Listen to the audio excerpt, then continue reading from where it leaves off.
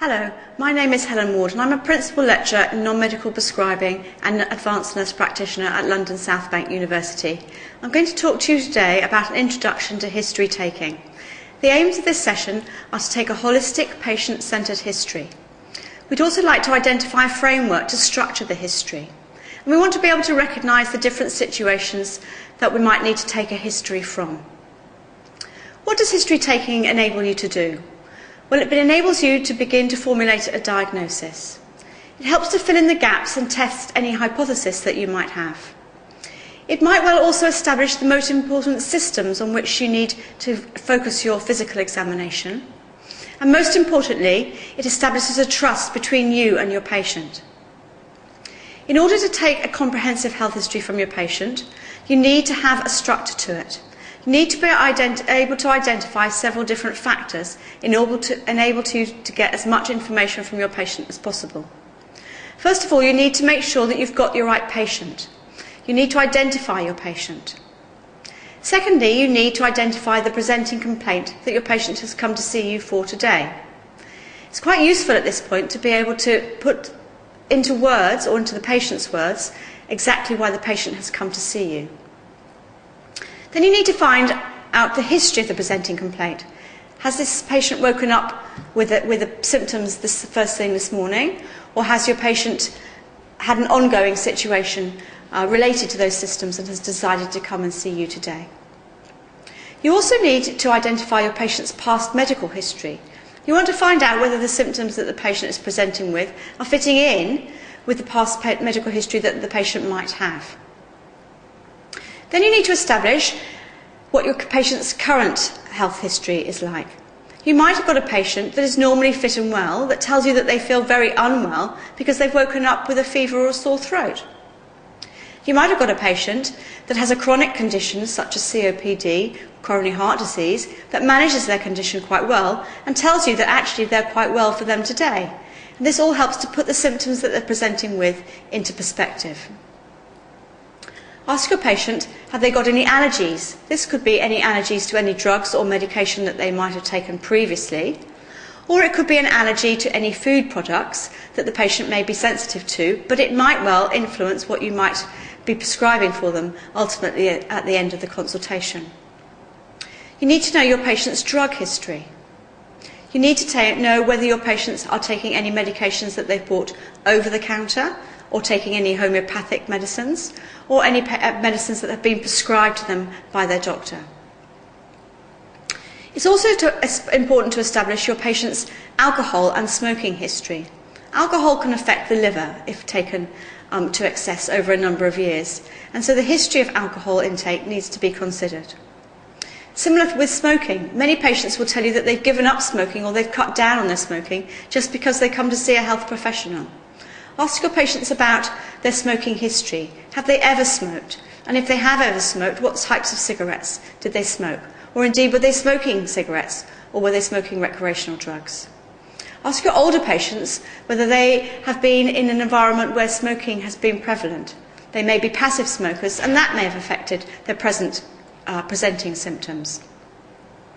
You need to ask your patients about their family history. This is very important because you might want to put a link in between the family history and the symptoms of which they are presenting to you today. You also need to ask your patients about their social history. This can be very important. We might need to find out in a woman about gynae history, whether they've had any children, what is their menstrual cycle like, what was the first day of their last period. You might want to find out about a patient's sexual history. You might want to find out about your patient's occupation or hobbies. Or job. Okay, so let's move on then to taking the health history.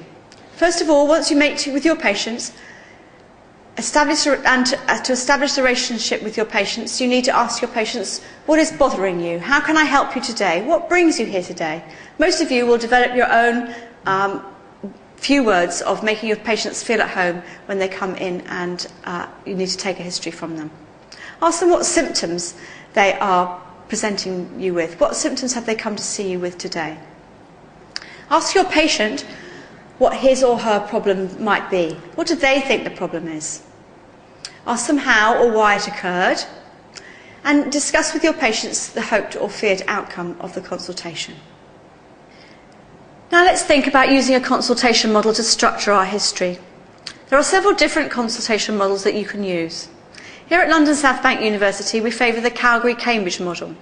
References to this can be found at the end of this session. There are several different consultation models that you can use.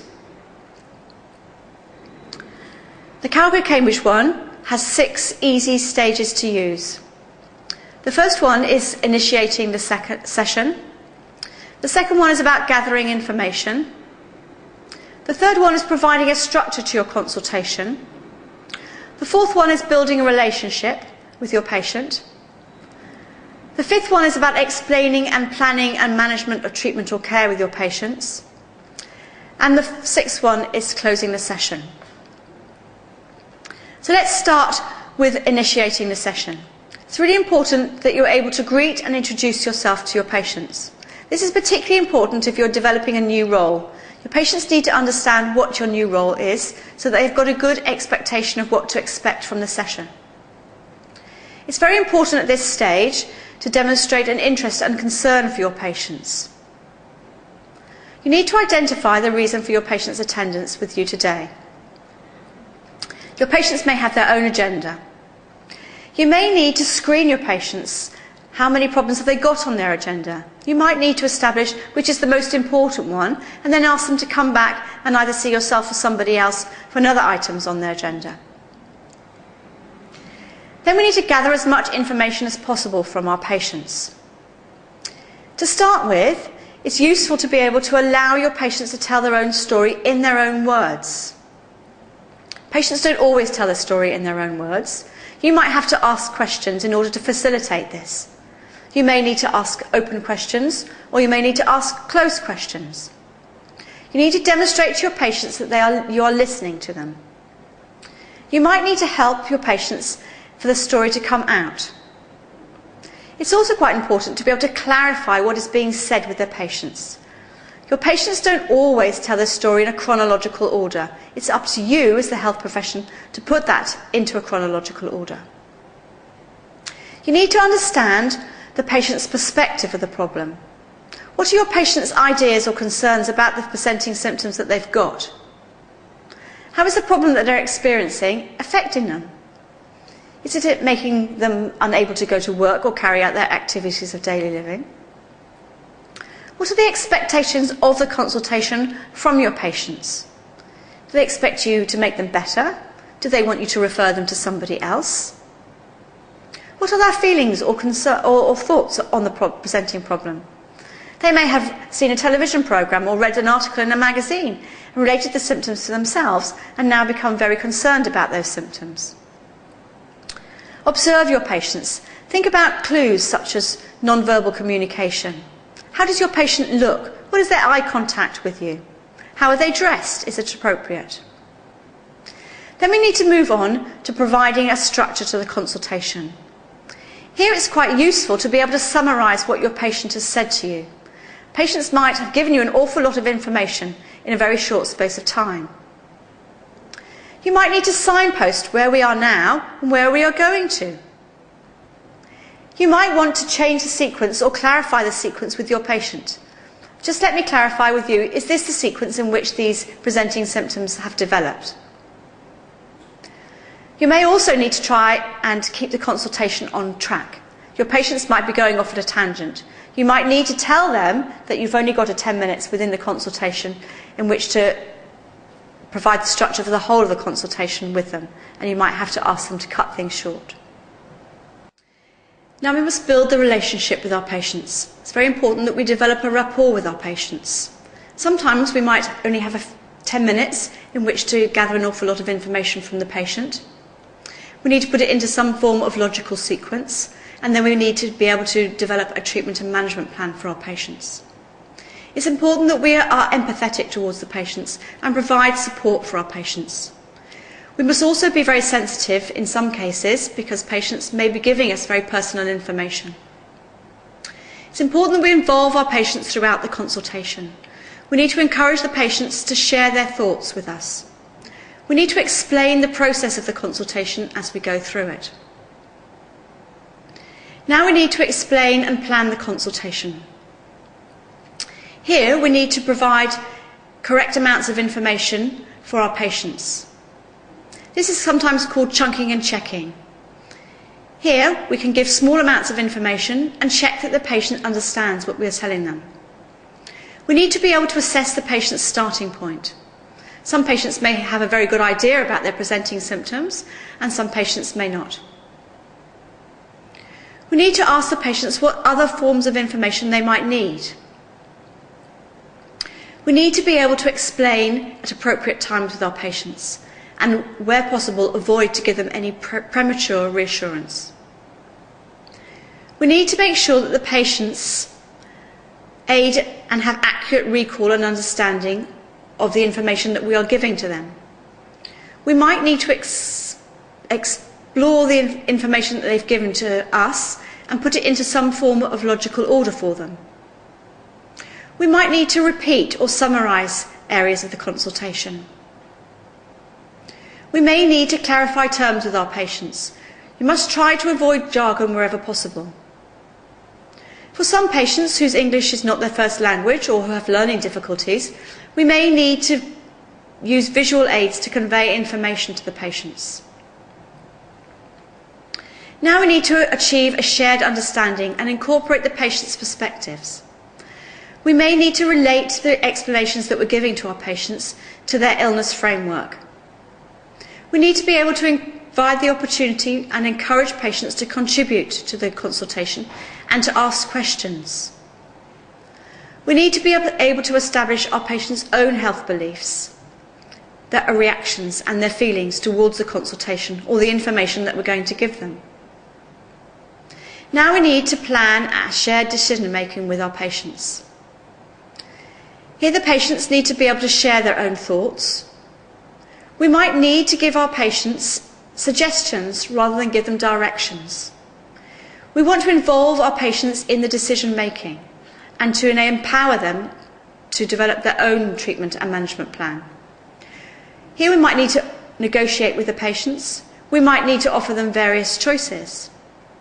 And lastly, we need to be able to check that our patients understand what we are telling them. Now we have to close the consultation. Here it's quite useful to be able to summarise what you've said with your patients. You may also need to enter a contract with your patients. Safety netting is very important. Your patients need to know when to come back or when to be referred to somebody else or when to go to something like an accident and emergency department. And finally, we need to check with our patients that they fully understand the consultation and the outcomes of the consultation. We've talked about an awful lot of information. We've been through a structured consultation. So how much data do we really need? If you don't know your patients, you really do need to know and be able to establish a complete database with your patients. Some of you will be reviewing your patients, or may know your patients, or may have information on your patients already. Then you'll need an episodic or a problem-centred history from your patients. If you're reviewing your patients, you may need to have a follow-up consultation with your patients. And this will be building on information that you've already got with your patients or establishing any changes in your patients' conditions with them.